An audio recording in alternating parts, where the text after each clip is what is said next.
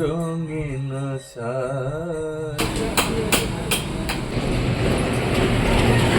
আর কোনো কাজে বাজে নেই, যেতে বলছি তখন ঘুমাচ্ছে খালি। এখন ওয়েট গেইন করতে যাচ্ছি। Hello and welcome back to my another new video.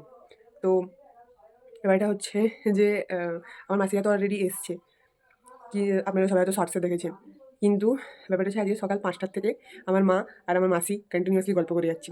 বাবা যায় মানে এতদিন পরে এসেছি যদিও বা, তার জন্য এত গল্প, বাকি ফোনেও হয় কিন্তু ফোনে এতটা হয় না মন খুলে কথা বলা যেটা। তো আজ 5টার থেকে রীতিমতো দুজন মিলে গল্প করছে। আমার এই ব্লগটা যদি আপনাদের ভালো লেগে থাকে তাহলে প্লিজ সাবস্ক্রাইব করে দেবেন, আর যারা নতুন তাদের কাছেও একটা অনুরোধ রইল আমার এই চ্যানেলটা সাবস্ক্রাইব করে দেওয়ার, আর সাথে লাইক কমেন্ট শেয়ার করার। Bye bye. আর আজকে শনিবার, যেহেতু আমাদের বাড়িতে নিরামিষ হয়, তো মা এমনিও বলছিল যে আমার মাসিরা কোনোদিনও কর্ণগড় যায়নি, তো তাই আমরা ঠিক করলাম যে তাহলে কর্ণগড় আজকে প্ল্যান বানাবো। আর যদি টাইম থাকে হাতে তাহলে কর্ণগড়ের ওখান থেকে একটা জায়গা আছে রানী শিরোমণি প্যালেস বলে, তো ওখানে যাবো। ওখানে তেমন কিছু নেই, এখন নতুন করে একটা পার্ক হয়েছে, আর ওই পুরনো ধ্বংসাবশেষ এইসবই আছে, তো সেখানে যাবো।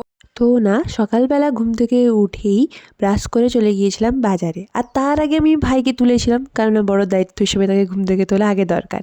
তারপরে বাড়ি এসে অনেক দিন পর শালপাতাতে মুড়ি আর বেগুনি খেলাম, ওই বিয়ে বাড়ির মতো। আর এই যে মাসি, সে হচ্ছে ভাইয়ের জন্য মুড়ি মাখাচ্ছে, কারণ আমার ভাই মুড়ি মাখাতে পারে না। হয়ে গেছি, আর কারো এখন রেডি হয়নি, সব তাড়াহুড়ো করছে, বাট আমি সবার ফার্স্টে রেডি হয়ে গেছি। কর্ণগড় যাওয়ার জন্য আমরা এই কিডন্যাপের গাড়িটাকেই বুক করেছিলাম। কর্ণগড় আমি আগেও গেছি, তাই আমি এক্সাইটেড নই, বাট মাসি যাবে তো সেই হিসাবে ঘুরবো, তো দেখা যাক।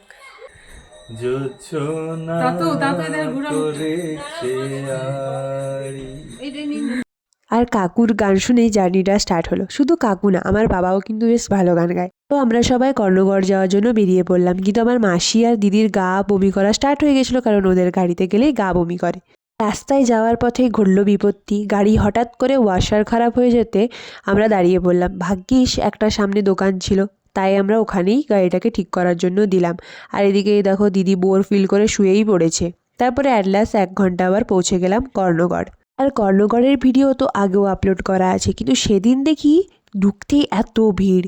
আসলে বছরের শেষ ছিল তো, তাই সবাই প্রার্থনা করতে মায়ের কাছে এসেছিল।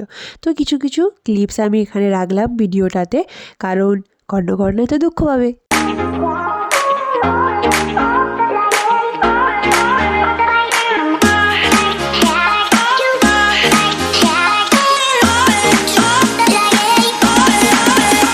বাড়ি ফেরার পথে কাকু খাওয়ালো আইসক্রিম।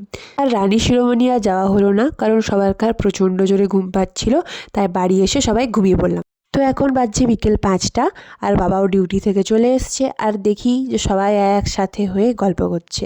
আর বিকেলে এক জেঠিমা এসেছিলো, যার কাছ থেকে মা নাইটি নেয়। মাসি তো কোনোদিনও আসে না, তো অনেক দিন পর এসছে, তাই মা মাসির জন্য নাইটি কেনার জন্যই তাকে ডেকেছিল। তারপরে আমরা বেরোলাম হাঁটতে। ওয়েট লস করার জন্য অ্যাকচুয়ালি হাঁটতে বেরিয়েছিলাম, দিয়ে এখন ওয়েট গেইন করতে যাচ্ছি। ও আমার সোয়েটারটা আমার দিদি ভালো মডেল হতে পারতো, কারণ হাঁটছে পুরো মডেলদের মতো, ক্যাটওয়াক করতে করতে এরকম করে হাঁটছে। সেই ক্যামেরাম্যানকে একবার, আমি তো ক্যামেরাম্যান, ফোকাস করা হোক, হেঁটে দেখাও, তুমি রাস্তাতে হেঁটে দেখাও।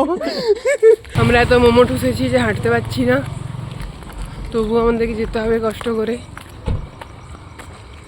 মোমো খেয়ে আসার পর দেখি মা আবার লুচি করছে, কিন্তু কিছু করার নেই, লুচি খেতে হবে, কারণ বাড়িতে বানানো হচ্ছে।